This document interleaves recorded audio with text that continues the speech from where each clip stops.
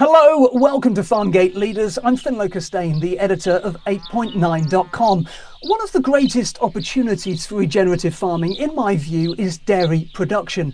Most UK dairy farmers use seasonal grazing systems and set stocking where the herd will crop the ryegrass pretty low. But by managing the herd differently on diverse swards, farmers can grow a lot more grass, meaning potentially healthier cows, a higher milk volume and a more vibrant natural environment. Now, typically, the regenerative dairy farmers I talk to expect to get between 4,000 and 7,000 litres of milk a year from their cows. But Stuart Rogers from Longmoor Farm in Dorset is different. He's regenerative, but high yielding. The cows grazing in his diverse multi-species swards between rows of agroforestry and messy hedges produce an average of 11,500 litres of milk a year. How does he do it? Well, I want to find out. And Stuart Rogers joins me now. Hello, Stuart.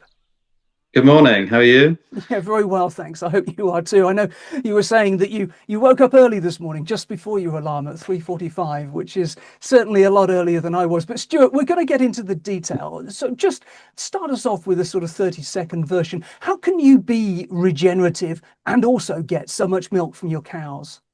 Well, I think we've just really gone back to basics on how the milk's produced and what the cows actually need. And I think it's a longer term view of cow health. So it all feeds in to work really well as a production system. So pretty simple. We don't try to overcomplicate anything. So I guess it's kind of just revisiting how it was done in the past. I think there's nothing too technical about it. Yeah, if I believed that, we wouldn't be doing the podcast. So we're going to get into the detail, as I say, later on, and just sort of find out, a lot more about what you're doing. Because I think, there's a big difference between just letting the cows eat more grass and then, looking at the whole farm system, as you've obviously done over many years. So we're going to interrogate the detail as we go. But for now, could you just sort of set us up and give us an overview of Longmoor Farm? How many acres, how many cows, what breed, and who do you produce for?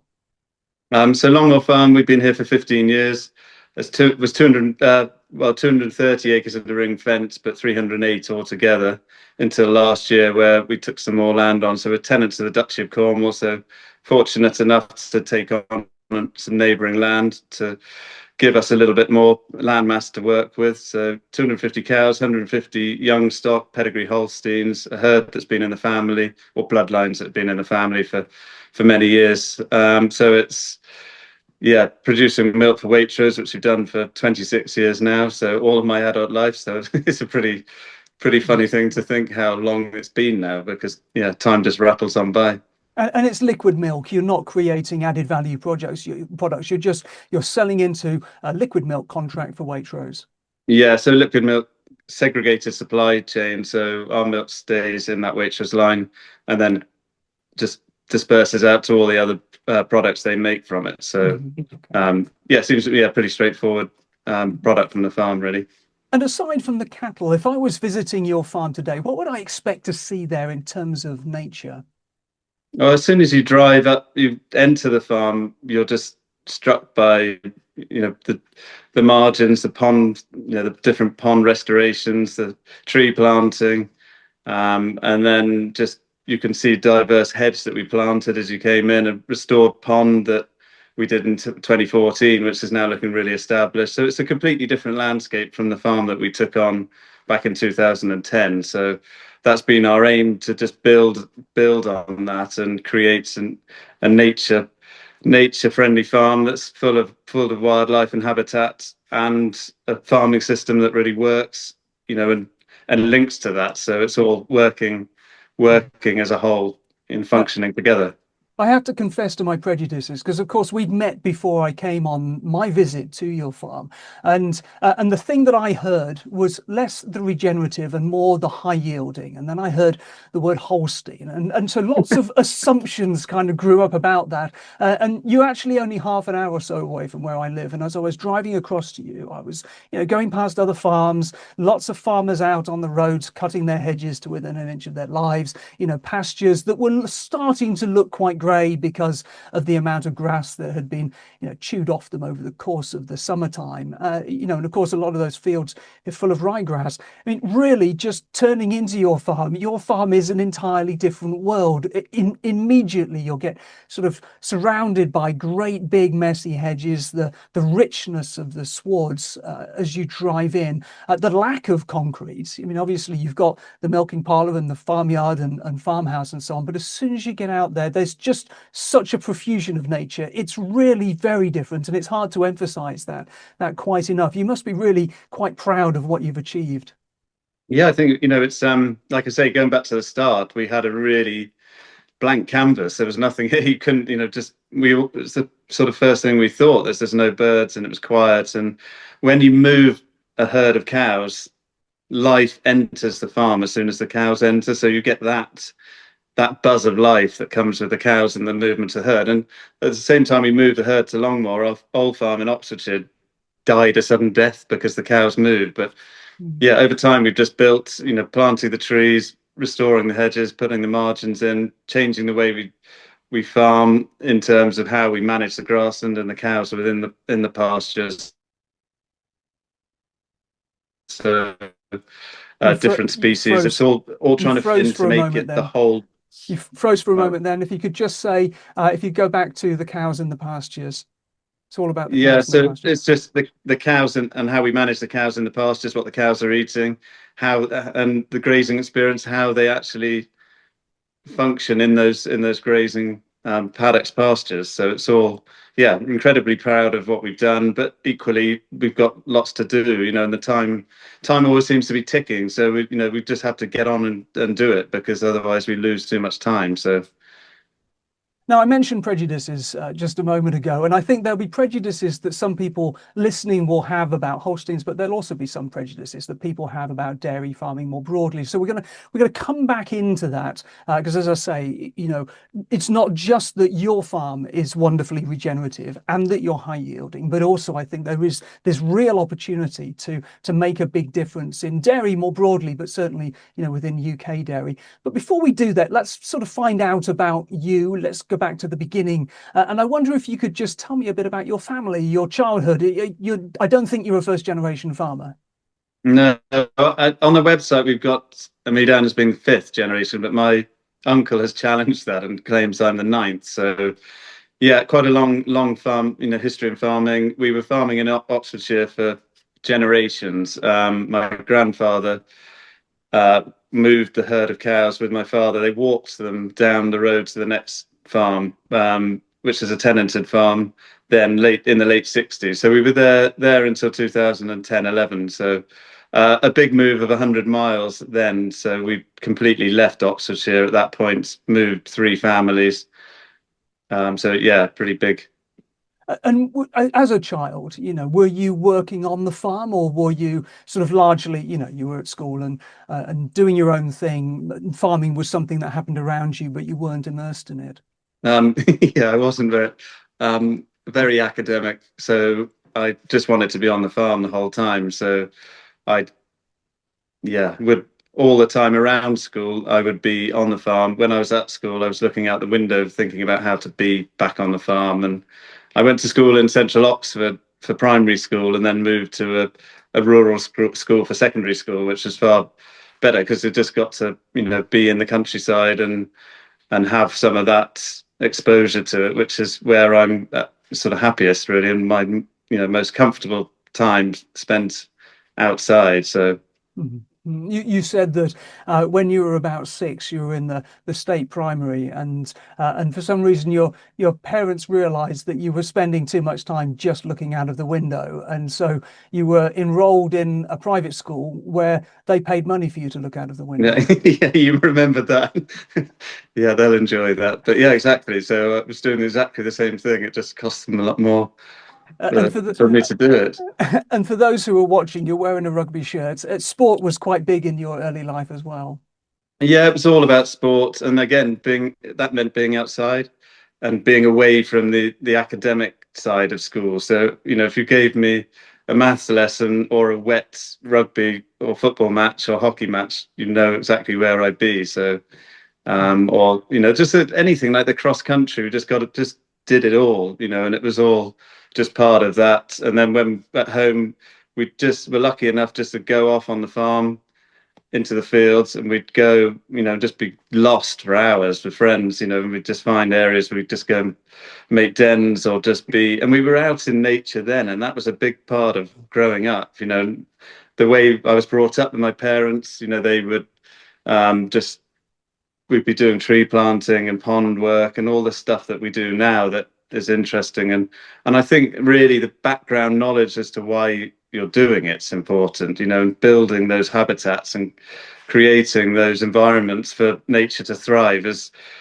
more important now than it's always been important, but it just seems far more important now with the challenges we're facing with, like you say, with dairy and people's views on dairy farming and how we're doing it. I think we're trying to break the sort of that sort of stigma attached to it, and I think we're sort of doing that, and like I say, there's still a long way to go, and I think we've always all got to do more and do better to do that. So if we can do our bit in our little parcel of Dorset, then hopefully others are doing it as well. You Positive change will happen. you mentioned stigma there, and I wonder if you can just sort of give us a sense at this stage of what the stigma is that you think exists around dairy. So dairy, especially high yielding Holsteins, is housed a house system. So short lifespans and high yields. Probably a bit of an emphasis on welfare. I guess people would have thoughts on that, although high yielding herds seem to be pretty well invested. So welfare is typically pretty high because that goes with the people that are able to achieve high yields don't do it from having a low welfare system. So you're in a high welfare system that is creating milk in a different way. So we've just sort of have always grazed the cows. We want to continue grazing the cows, so they'll graze for at least 6 months a year, and we're extending those grazing periods from the way we're farming the soil. The changes we've seen in the soil. So better water cycling and water infiltration rates, and just better covers just allow for better growth and better extended grazing seasons, which is great because all the time you're extending your grazing, you're just reducing your carbon impact and having positive effects on that. So Mhm. Mhm. um, And you mentioned carbon impact there, and of course, part of the stigma, certainly these days, is around methane. And I think a lot of that comes from people's misunderstandings of methane. And of course, if you've got a herd that's been around for 20 years, then there's sort of natural cycling that's taking place there. There isn't new warming coming from that herd, even though the emissions obviously continue because you've still got cows burping and farting. But there's no new warming coming from the herd at that point. And of course, if you've got pastures that are rich, where the soil is really functioning and you're getting lots of soil organic matter there, then you're drawing down much more carbon into that system as well, aren't you? So within that system, you're doing a whole range of the different things that you were talking about. And as you say, you've got seasonally grazing Holsteins as well as the high yield. Lots of work, and we'll talk about this later around sort of welfare and health of that herd, but also that fully functioning farm system that helps to mitigate climate change at the same time as allowing that land to adapt to climate impacts and protect communities around you in terms of water and flooding and things like that. Look, I want to fast forward a bit on from your school days, which frankly sound quite idyllic. I was sort of thinking of Enid Blyton novels as you were talking there. This idea of sort of working on the farm, playing in dens on the farm. If you were in school, you were gazing out of the window at the outside that you could see, and if you weren't doing any of that, you were just playing outside in sport as well, which just sounds, as I say, really idyllic. But moving forwards, I want to take you to 2007. You're still in Oxfordshire, and you get put forward for and win the Farmer's Guardian Dairy Farmer of the Future Award. Now, before we go into the details of the award, let's get the gossip. Who was it that put you up for that award in the first place? yeah, so I knew vet at the time who ended up becoming my girlfriend and then wife, Helen. So yeah, But at that time, you weren't together. no, we just It's quite an opening gambit, isn't it? Most people just might ask you out for a drink, but she puts you up for an award. Yeah, yeah. So then I won the award, and then we sort of were getting together, got together just after that. But it was an interesting, yeah, just an interesting thing. It seems so long ago, but it was a big thing for me to win. I was Mm. really pleased and proud to have won that, and it was, yeah, just sort of defining of where the direction we were taking. I was taking, and then we were taking. And we did that part together then, and the move Mm.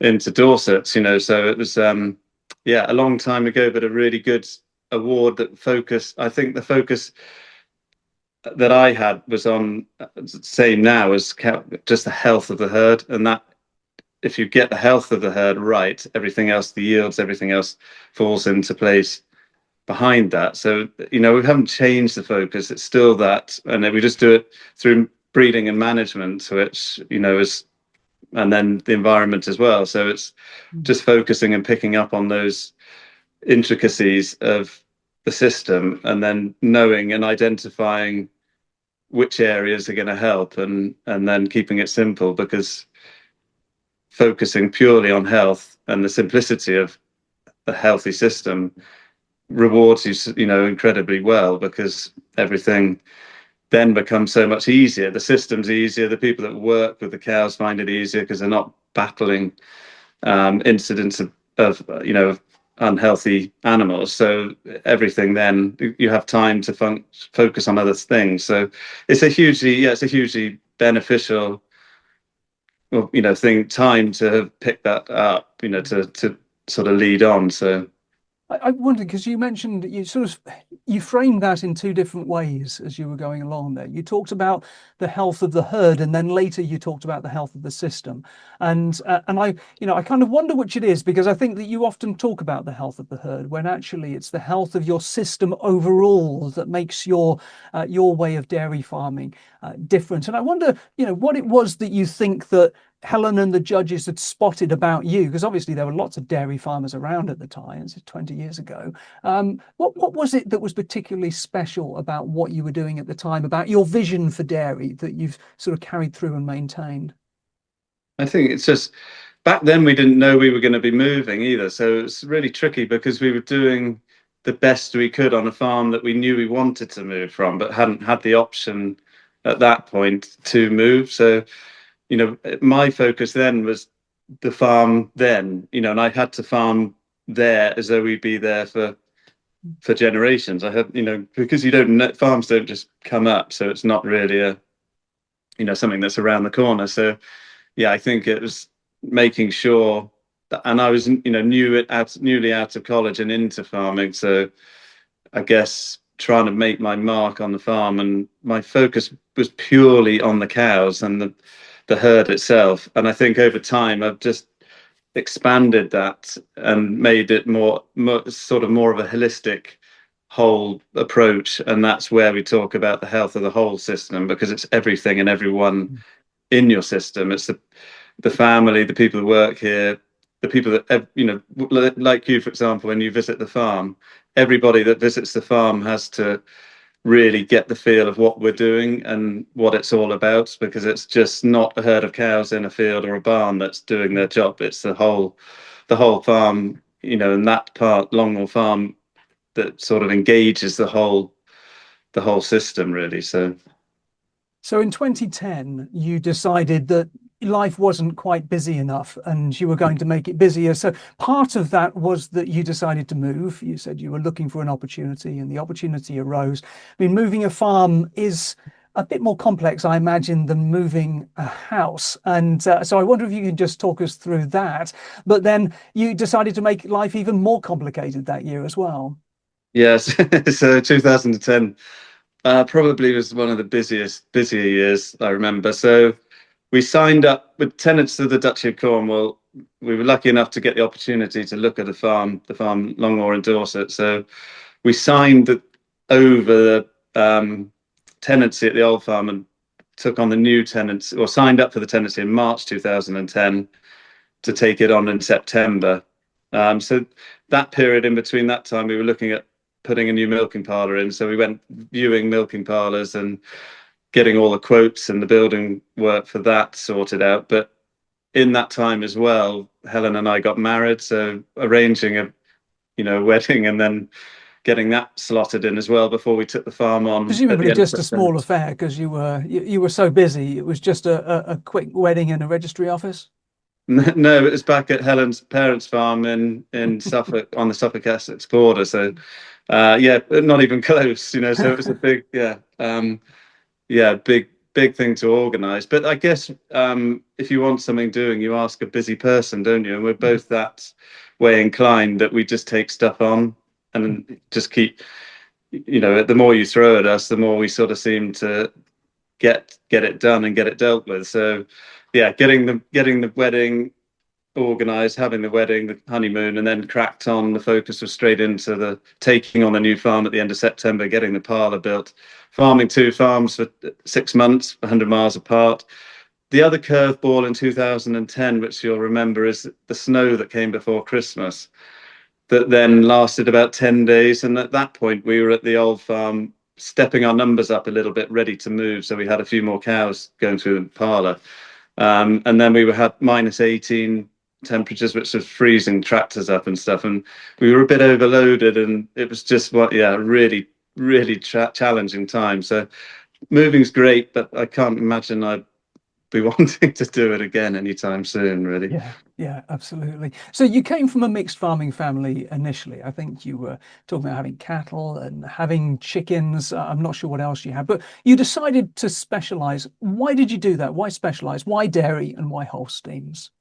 So my interest is purely in the cows, the herd, and the herd. Some of the bloodlines in the herd, my grandfather introduced those in the early 1940s. So we're going, trying to retain those herds, and that's kind of why it was great we'd had the opportunity to move, because we couldn't stay at the old farm, a dairy farm, because keep it as a dairy farm, because it just wasn't suitable for that. So yeah, having the herd, the focus on the herd, really, you just can't then.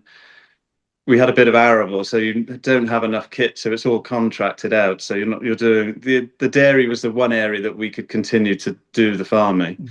And we haven't increased the herd really, but it's about 30 cows since we moved. It's not a huge increase in the herd size. So, but the productivity of the herds continued to increase. So yeah, we shed those other enterprises. The poultry enterprise went when I was very young, which also that just led into me wanting to keep chickens. So my younger days, when I was busy trying to get out of school, I'd probably go back to my chickens and earn money from them by selling eggs to everyone. So um, that, and yeah, just I guess I was lucky that my parents would just let me have these animals. So we had sheep, pigs, poultry, all sorts, and it was just well, my father would call it a menagerie most of the time. So it was a pretty busy, but it kept me busy. It's what I needed, it's what I needed to sort of focus on. But then as time went on, the focus was on the cows, and then the moving the farm was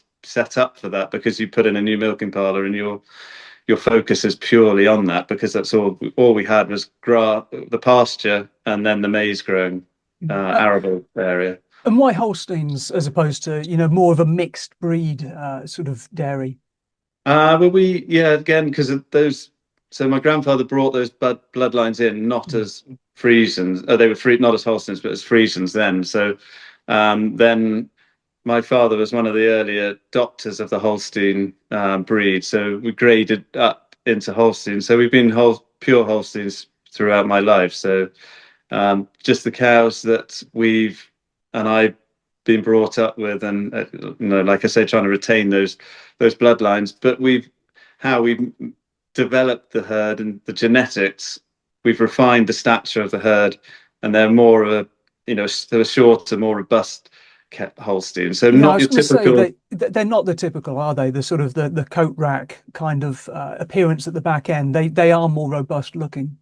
Yeah, and that's a lot of misconceptions about Holsteins. I think when you actually look at the breeding of them, and this trait selection available to us, you can create the Holstein cow that is suitable for the system, Mhm. that you want it to be. And I think people move away from Holsteins because it's, just figuring out that they're difficult to manage. But we've made them we can manage them, but we've made them even easier to manage because of the way we bred them and the traits and the functionality that we want from them. So just tell me about the breeding and the way that you've achieved that. Which sort of traits you've been sort of breeding for?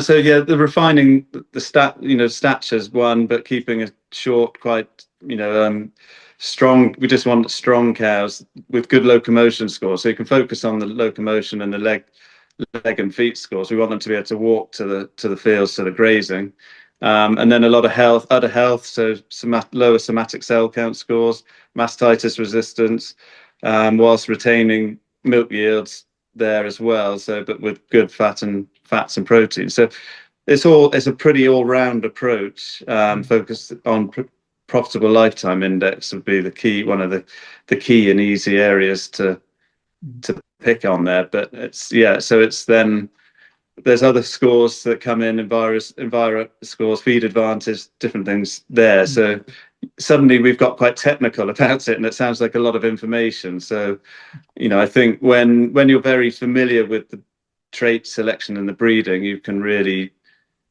just break it down and simplify it. To me, it's quite simple anyway. And presumably you've got quite an active culling program there as well. If you've got cows that aren't delivering in terms of their lameness scores or mastitis or things like that, then they'll be culled so that you're retaining that sort of strong genetic line.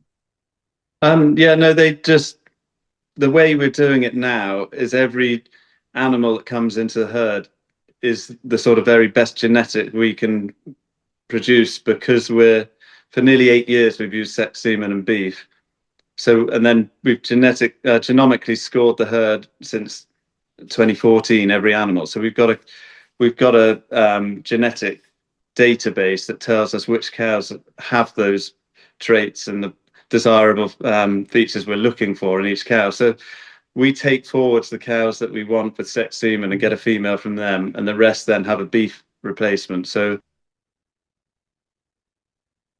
it's changed a lot, because back 15 plus years ago, you've had a conventional semen and a 50-50 chance of getting a female. So that would then lead to you breeding more animals to get your females, and then some of those animals that didn't have desirable traits would produce females. So we've ruled that out really. So the cows that come in are always going to be the cows we want. So we're not losing cows because we don't have those traits in place. And presumably there is the odd mistake, and you do get the odd male. Do they just go into the beef system? Yeah, so they go the same. They go to the beef rearer the same as the beef calves. So yeah, 3 or 4 a year. So it's pretty low numbers. And you're not keeping the calves with the cows with the mothers, are you? So how are you sort of managing that? The calves when they're born, when they're young. So all calves, females, beef calves, stay with the mother between 24 and 36 hours. Sometimes even longer. Just depends. We calve all year round, which I didn't mention. So it's easier to manage. It's dribs and drabs calving, so it's not a big intense calving period. So that helps the system allow that. And then the beef calves go off and are reared separately before leaving the farm at 2, 3 weeks, 4 weeks old, and then the females are reared in a separate system. And then then just a high focus on the health of the young stock, good vaccination program to then help them enter the herd at about 21 and a half, 22 months old. So and in terms of welfare, they're kept in pairs. Yeah, so they're kept in pairs, and we've just got there's not many farms that have done it. We've just managed to get the grant for the calf housing. So anyone else that's done that will know how difficult that was to get. So so they'll end up in a shed with auto feeding in larger groups with auto feeding. So that's So we'll come back to the herd in a moment, but I'd like to talk for a moment about conservation and regeneration on the farm. What's your sort of vision for nature, your big overall plan for nature, and how are you delivering it? I think I've said this before to people, that I think or sometimes I feel that my primary interest is probably nature, and the farming comes along and stacks up you know, sort of helps my interest in nature really, and how we create these habitats around the farming system. I think I think the difference. We do stuff because we love it, not because of payments to say do this. We put margins in because we saw the benefits of margins, not because we were being paid for them. More recently, we are on SFI with them, but it wasn't. The margins came before that. So yeah, it's just trying to. Now we've taken on more land. We've got access to more land that we can put into nature, and a lot of it can be in the farming system. Nature can you can create cropping, and grazing platforms that really support nature as well. So we're trying not just to keep it on the margins and the peripheries of the sort of herd and the farm, but bring it in and make it part of the whole system, and keep the whole thing. And I'm just sort of trying to drill into that sort of notion of vision, what it is that you're trying to build. And the word that keeps coming up in my head is abundance. When I go onto your farm versus many other farms that I've visited, there is an abundance in the sward, an abundance in the margin, an abundance in the fields themselves and in the hedgerows. There's a lot of nature there. It's big and hairy and messy.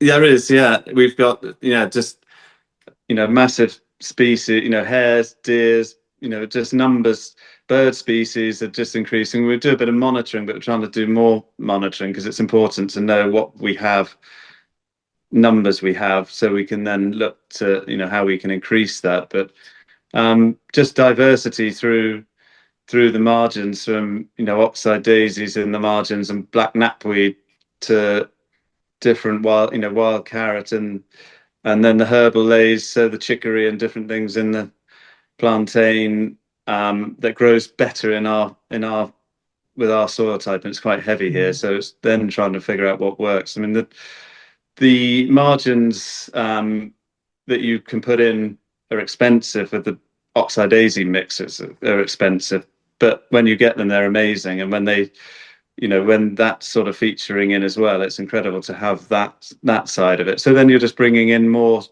We're creating corridors, and that's what we've done with the agroforestry. It's linking the farm up so the pollinators can get around the farm, and then their benefits to us then, with higher numbers. So all the time we're just building and building and getting higher numbers, and then those numbers are more successful at reproducing and creating a more secure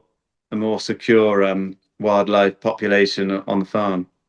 Now, one of the key concerns I think that some people have about regenerative agriculture more broadly is that without a common definition, farmers can sort of make unsubstantiated claims. A lot of farmers that you talk to, particularly within the mainstream, might sort of think of regenerative as being something that they can define however they want to. Obviously, those within the regenerative movement will quite disagree quite vehemently that there are clear characteristics and values associated with regenerative. But how do you know that you're a regenerative farmer? How do you define and measure regeneration at Longmoor? I think, to say we're regenerative, we're definitely on that. We're there and on the way, and we've still got a long way to go. And measuring, we do with the farm carbon toolkits, the measurements we take there with the soil sampling, and we get the direction of travel there as positive. And I think this is where it's very open to interpretation, isn't it? And I think external views of what we're doing is probably easier to say how and where we are. For example, your trip onto the farm is a way of enabling the perspective that positive change is happening. And I think down the line, how we look at monitoring and capturing data to say what we are doing, and is sort of coming, but we're not in that position yet. So making claims as to how much we're doing, I think is a challenge, isn't it? And we're able to say, farm for nature, the best, farming for nature in the best way we can, and the different practices we're using to grow maize and cover keep the soil covered. I think gets us in that direction, and it's just then how we move forward from this point to really become, the full regenerative package. So I wonder if you could, because you mentioned one or two ways in which you're assessing the outcomes rather than the input. So things like hedges, ponds, trees, I consider those to be inputs. You can stick them into place, but it doesn't necessarily mean that nature will be abundant as a result. You've got to measure nature to sort of, understand that. So I wonder if there are things that you are measuring either anecdotally or specifically with the data. And you mentioned the Farm Carbon Toolkit work that you're doing there. So you're clearly measuring carbon, but and we talked a bit about birds and insects. You got worms as well. Are you counting these sorts of things on a relatively regular basis so that you have a sense that the number of bird species is increasing, for example, that the number of insects are increasing and holding, that the water holding capacity is improving and water infiltration is improving? yeah, so with the Farm Carbon Toolkit, we do the worm counts, and worm counts are up by 120%, which is pretty. From when? From 15 years From, ago, or? no, in the last 3 years. Mm. So it's a pretty rapid change we're seeing, and the amount of carbon we're sequestering is those figures. 409 tons. We mentioned that before, I think, when we've spoken. So yeah, having those figures, is great, and we can just see, that the change is happening in front of us, and I think people really think it's a longer term sort of aim, but it can be pretty instant. And I guess where that's happened, we haven't used any fertilizer for 6 years, and no herbicides either. So that's in the grazing. Some of those figures. So you get then that things are cycling, and everything then starts to return, and you're just getting growth because of the nutrient cycling, that you're then changing that system that starts to come back, and it's hitting the trigger to make all that sort of happen again, really. And I think that's where we've got to now, is that we've got out of that. I went sort of cold turkey on the fertilizer thing. It wasn't because I'm pretty impulsive, but I decide if it's going to happen, it's going to happen like that. So then that's out of the system. So then it's now just functioning more naturally. So getting these cycles working for us just then enables us to get more for less, which is where we've got to be to create a resilient farming system that can stand up in the future, with tough times around the corner. We've got to reduce, and I think people's fear of reducing inputs is worried about the outputs, and you've got to then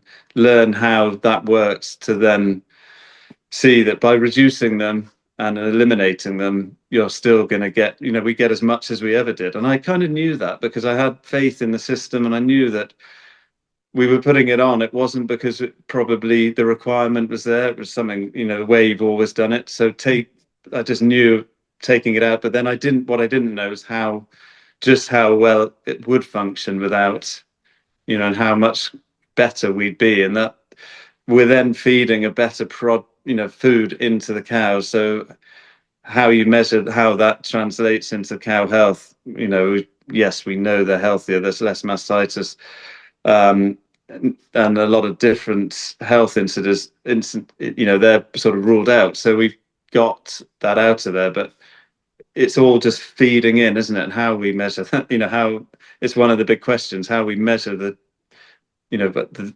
quality of the feed to how it goes through into the herd of cows to the milk that's sold in Waitrose or, in other. Yeah, I'm fascinated by the way that you talked about, when you took the fertilizer out of the system, because of the way you were managing, you got more grass, that it was healthier food, therefore you had healthier cows. At the same time, you're saving tens of thousands of pounds a year on the fertilizer. I mean, it's a real win-win, isn't it? It's almost staggering that other farmers are continuing down that sort of expensive fertilizer route when you're getting those outcomes that you're getting. Yeah, and we monitor the weights of the heifers that graze as well, and the change in grazing system. So we're still getting the same growth rates, if not better, for a lot less. So there's a lot less going into their growth, but they're still doing really well, and ultimately learning how to utilize grass and the pasture based system that they're on. So then reductions in fly control and worm as well. So it's all less money going in and trying to get hold of that money, and bring it back out to the system, because that's what we sort of need, because you can't just keep piling it in. So Yeah. And of course, Helen, your wife, is a director at the local livestock vet, Friars Moor, and so I mean, she isn't just working at the vet practice; she is very active on the farm as well. And so, having her there as a livestock vet must be really important in terms of being able to understand and sort of nuance the health outcomes of the herd. yeah, it's a really big part of what Helen does, and the health and management of the herd, and she's had a handle on that for so long now. Maybe not, maybe less of it's to do with me and more of it's to do with Helen. I don't know. But no, it's a collaboration really, and that's guidance to be able to see that the cows, if you manage them like this, you can take out that, and it's having that. And I think it's really important to work with your vets to see what's possible and where you Mm. can make reductions, because that's where they're there to help and what they're trying to do. And yeah, Helen's input in the herd has definitely helped build from where we were back in 2007. Yeah, it's interesting. And talking to Helen, about the way in which, her veterinary practice has invested so much more time in sort of trying to understand how to work as a business around advice and sort of general sort of management and husbandry of livestock, rather than kind of effectively being the NHS for animals, where you're dealing with crisis and just selling medications into there. So it's really interesting the way that veterinary business has changed as well. But just coming back to the farm, I want to connect the cattle, the herd that you have, and the abundance of nature on the farm, because I think there are a lot of people working certainly within the NGO sector who have an interest in conservation, or perhaps just will fundraise or donate to conservation organisations. There is this view that rewilding is as good as it gets, that you largely take the animals off the land and you let nature do its thing. But what you've achieved on the farm is very much, it's about having a herd which is managing that land in order to help deliver the abundance, which is not to say that you don't have some areas that are set aside, like ponds and little bits of woodland, but it's a real partnership between the herd and nature and yourself, isn't it? Yeah, so when you start breaking things down and turning them into singular entities, it doesn't work. They're all there, they've all got to work as one. And I think where we just use the cows to manage the pasture has helped incredibly, because there's this synchronization between the two, and it's just looking at it when you enter the farm gate. That's what it is. It's that whole thing is there as one, not right, well, that's dairy and that's that, and then we'll have a wildlife area in that corner there. We don't we want it all to be there and big. It's just the way it should function, and those systems have to work side by side. And I think when you're in a position where you're giving back rather than take, as soon as you're just taking, it's not going to work. The system's it's going to fail. So if you wake up every day and think, right, what are we going to put back and give back to nature and the farm and the land, I think then you're in a positive. You're going to be in a positive direction of travel, because you can't. Well, you can take, but who's going to what are the next generation going to do? And that's one of our main aims here. We've got the tenancy until I'm 65. We don't know, our children are 10 and 8. We don't know what their sort of plans are. But for us, it's to make sure the farm is the best it can be for whoever's children take it on. Yeah. And I think that's really important. So each day we go out of that door and try and make it a better farm than it was the day before. And Now, lots of what you're doing, that sort of combination of nature and managing livestock is, of course, something that has happened for generations, for centuries, to one extent or another. But you're really sort of using the best of modern knowledge and technology integrated within your system as well to tell you all kinds of different bits of information. And one of the things I was sort of struck by was the ear tags that you have on the cattle, which just seem to be giving you a remarkable wealth of information. Yeah, it's a tool that we started using in 2019.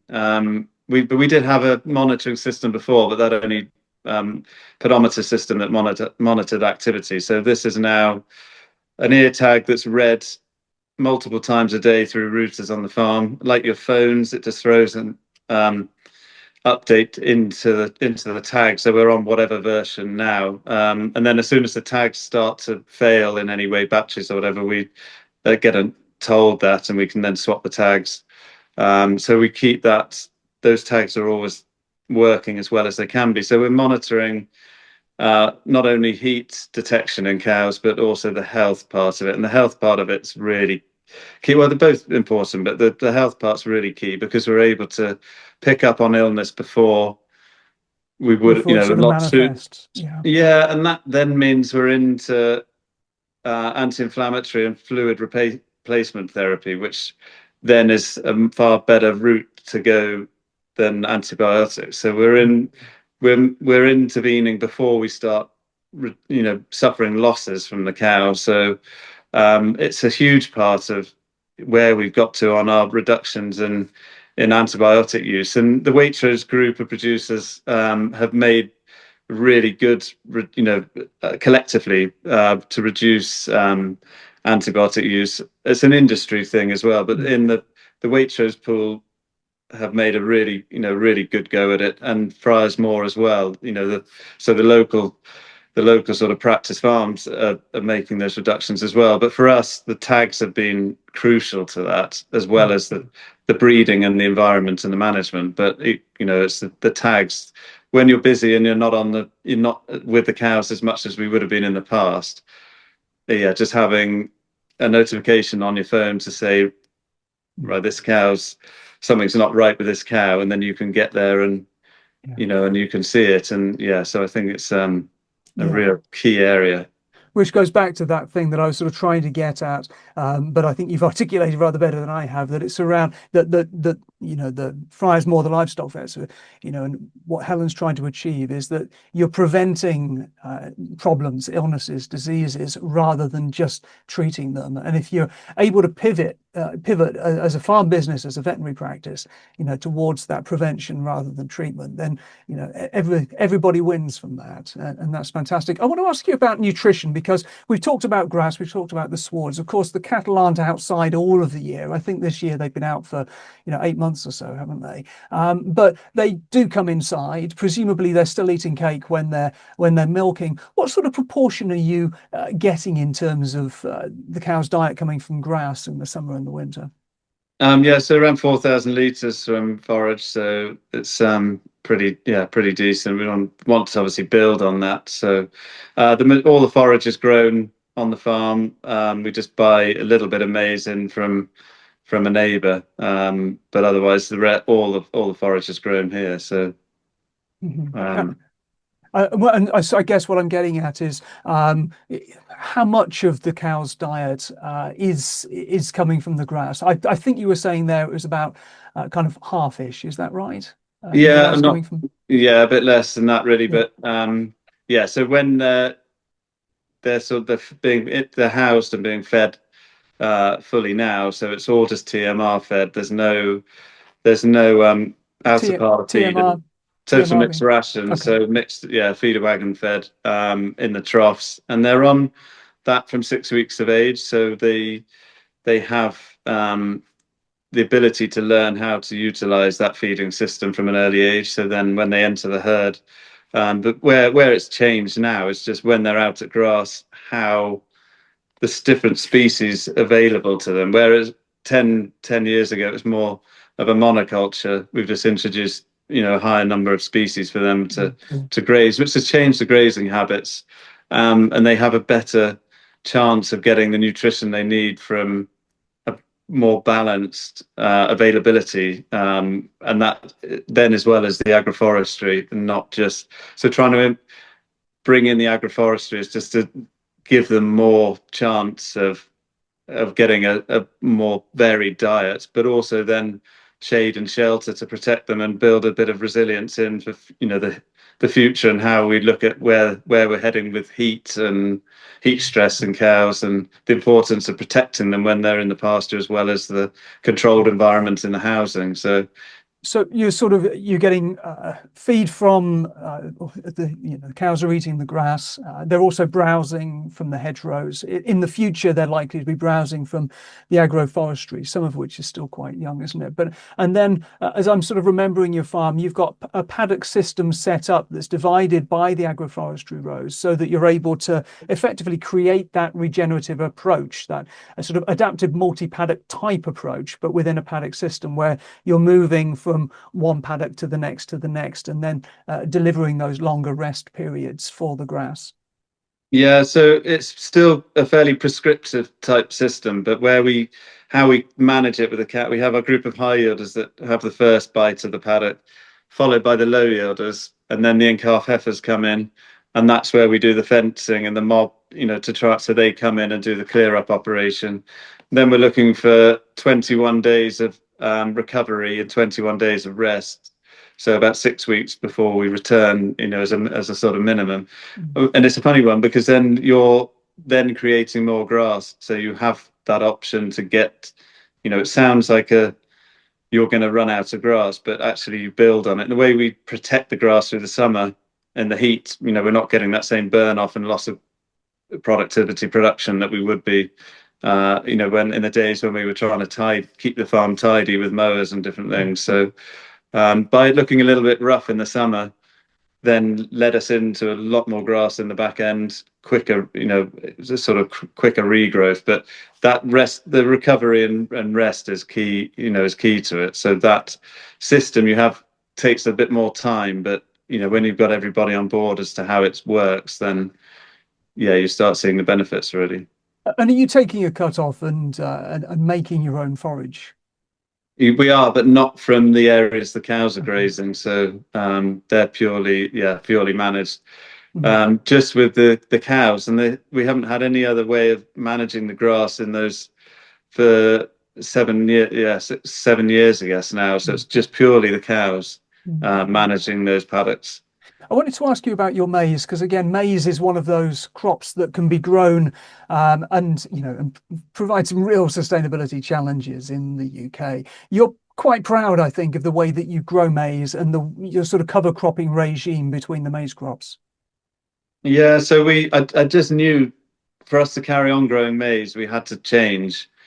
Really, it was expensive how we were doing it as much as anything. But you could see with precision technology, we just didn't need to be moving the whole profile of that field to grow the crop. So we looked at the strip till back in 21 and did had a demo, did a trial in the internal of the field. We had the cover crop there. We'd been cover cropping for nearly 10 years. So we knew there's some of the benefits of the cover cropping, but it sort of developed really. It was mostly trying to protect the soil through winter, and that's where it started. But now we grow big cover crops, and it's a nutrient replacement, and just to build more biomass and carbon in with the cover crops. But after our quick trial of strip till in the centre of a field, it was just, yeah, this is the only way we can grow maize. And the following year, thanks to Will Coward, the local contractor, another Dutchy tenant that bought the strip till machine, we were able to jump straight into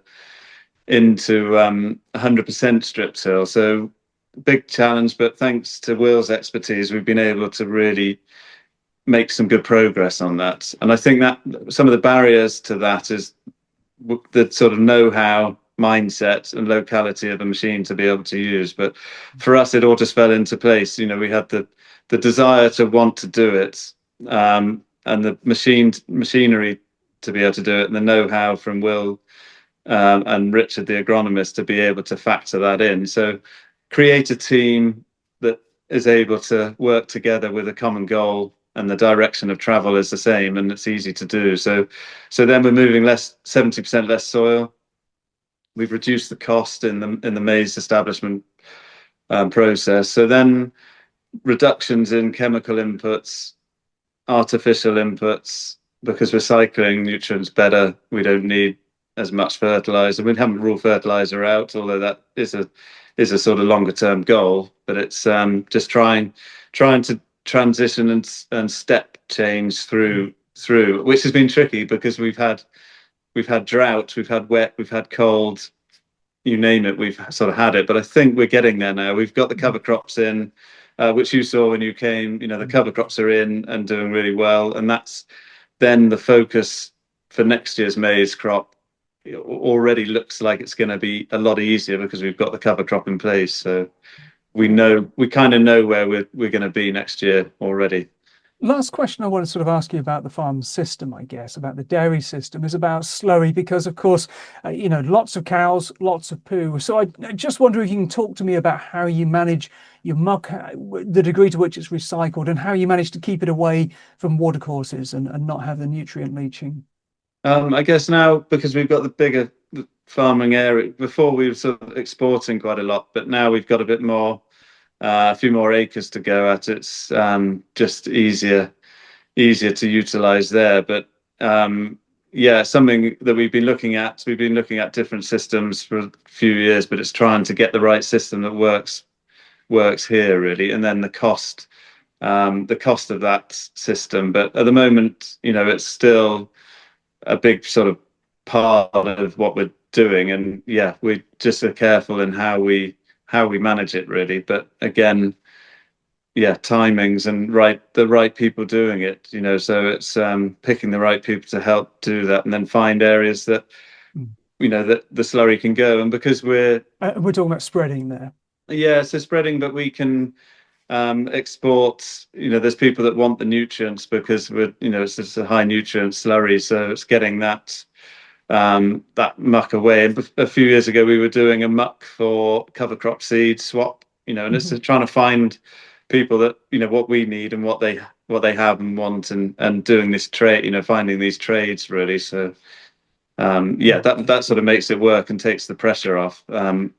Obviously, there's times where we've had high rainfall and it gets a little bit more challenging, but yeah, sort of heading in the right direction again with that. Look, Stuart, we've nearly had an hour of conversation at this point, and so I need to start wrapping up. But I want to ask you to sort of move away from the system, and thanks so much for going into an awful lot of the detail that you've gone into there. It's been lots of stuff that we've kind of gone through. I want to sort of go back to the bigger picture to an extent. In most cases, farms in the UK would tend to be regenerative or high yielding. And I just want to go back to that sort of original question. What is it that's allowing you to be both? What are you doing differently, do you think, that allows you to be both? Yeah, I just assume it's everyone's having a go at this. I don't know. You've sort of highlighted me a bit for that, but I think we're just creating a more natural system that's, nature-based system, and we're maintaining the output of the herd because of the efficiency and the way we manage the herd. So I think now the secondary thing is how we've just realized that we can do it. Before we weren't really sure how it was all going to piece together, but now we're just finding it really does piece together, and actually everything benefits from that. So it's great to be in a position to be able to do that and see how the system can adapt and change to keep growing with the future challenges we face. So I think it's just being something we just wanted to happen. And I guess if you want something, when you want something to happen, it's a hell of a lot easier to make it happen, isn't it? I think would be. But I still want to stick with this for a moment, because again, sort of thinking about farmers around you, they're obviously they're farming in much more traditional, much more conventional ways. You've got the agroforestry in there, you've got the hedges for browsing, you've got the diverse swards. You're getting that higher volume coming off the land, more grass coming off it, and you're not spending the money on fertilizers on the grass. And so, what is it? Farmers. You say, hardly a week goes by when you're not having, farm visits of one kind or another, whether it's from farmers or people working in the industry. Other farmers are clearly seeing what you're doing. Do they just not quite believe that they can deliver it themselves? I just wonder what you think the blockers in the system are. Yeah, a lot of it is just how, risk averse really, and wondering that, look, if we do that, then we might not have the food, and then where are we? And I think I would just say, you've got to just try, try it, because you can try it in a way you're comfortable with. Mm. And that's key, isn't it? Is making sure you do it, and then you see for yourself that it works. And oh, actually, we can still grow maize like that. Oh, we're growing it, the same, if not better, and a hell of a lot cheaper. So once you start playing around with it, then you're figuring out that things still work. But I think really people are everything's so tight. Mm. The risk of doing something that rocks the boat, that could throw you, into an area that you're really not comfortable being, and I Mm. think probably that's about to get worse. So, I guess uptake is going to be The continue to be challenge. the challenge. And I think you've just got to keep trying, trying it and doing bits to make a difference. But mindset and wanting to do it again is key, isn't it? And lots of clay in your soil, isn't there? Yeah, Yeah, which is yeah. good. Yeah, Which is interesting because so many farmers, will sort of say, "I'm on heavy clay, I can't do regen." that's rubbish.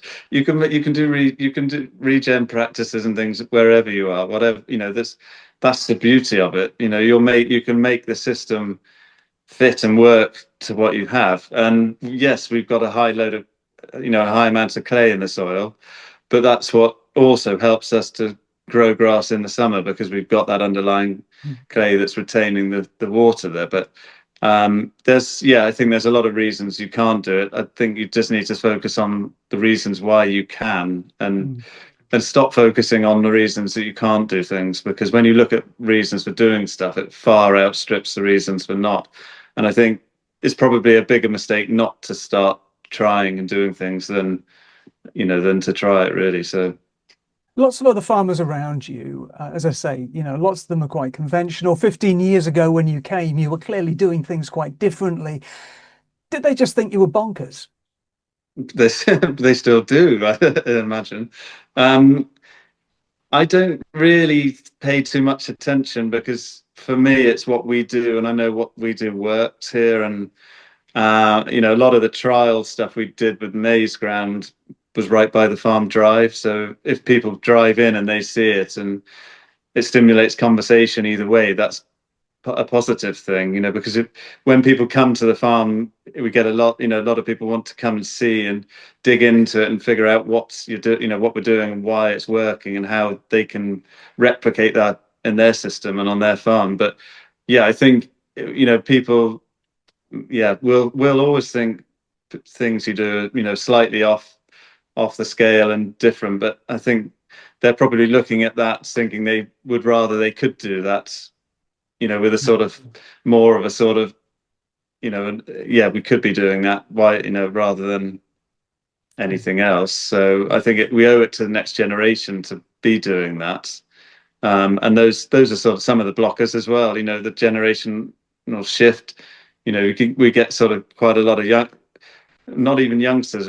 I've spoken to people in their early 60s that have a problem with someone blocking in the next, the generation above, and that's a real challenge, Mm. right down through. And I've been lucky that my parents have just said, get on with it. We trust you if that's how you want to do it, and now they're seeing it's working. That's great, isn't it? Because then the questions change, and there's the scrutiny around what you're doing is sort of then focus into a positive of, oh, it's actually working, and oh, it's doing that, is it? And that's brilliant. So yeah, it's just a change, just a big change in how it's all done. But luckily for me, I've just been, had good enablers on the journey with me. So Stuart, we're essentially at an end, but I feel like I must ask you, having sort of brought the subject up, what, three-quarters of an hour or so ago, talking about dens on the farm. What was your best den? Can you remember the best den that you ever built? Yeah, one in it was our best den. It was one up in a tree until some of the wood snapped and two of us fell out into a Oh load of no. stinging nettles. But yeah, that's yeah, some of those no one would even know they were there. We were Yeah. so hidden in the trees and And did you different have things. those sort of pulley systems, or were you able to bring up crisps and sweets and that sort of thing? Yeah, we probably did. We did a bit of that in some of the old chicken sheds and things so we were very good at being logical and practical in the approach to what we were sort of doing. But back then, you're so free, aren't you, as a youngster, Yeah. just to be able to go out into your farm and be amongst it. Right, school holidays, you're out there and come back for tea. And okay, we'll see you in a few hours. So yeah, so Wonderful. crazy. That's great. Well, look, that's it. That really is all we've got time for. But I think it's been absolutely fascinating, and I hope people have sort of stayed with us to the end, because there's so much knowledge that that you've talked through there, that you have, and so many different themes that we've covered. So thank you so much for your time and for sharing so much of that knowledge. I'd like to thank my guest, Stuart Rogers from Longmoor Farm. And if you'd like to hear more Farmgate Leaders interviews, please do just scroll back in your podcast feed. If you've enjoyed listening, please come back and listen to more. Tell your friends, like us, review us, and share our links. Farmgate is part of 8.9.com, the land use news channel, and we are now the world's highest ranking food security podcast. 8.9 is sponsored by First Milk, Pelican Ag, Rural Solutions, the USK Catchment Partnership, Agrolo, and individual donors. I've been Finlo Costain. Bye for now.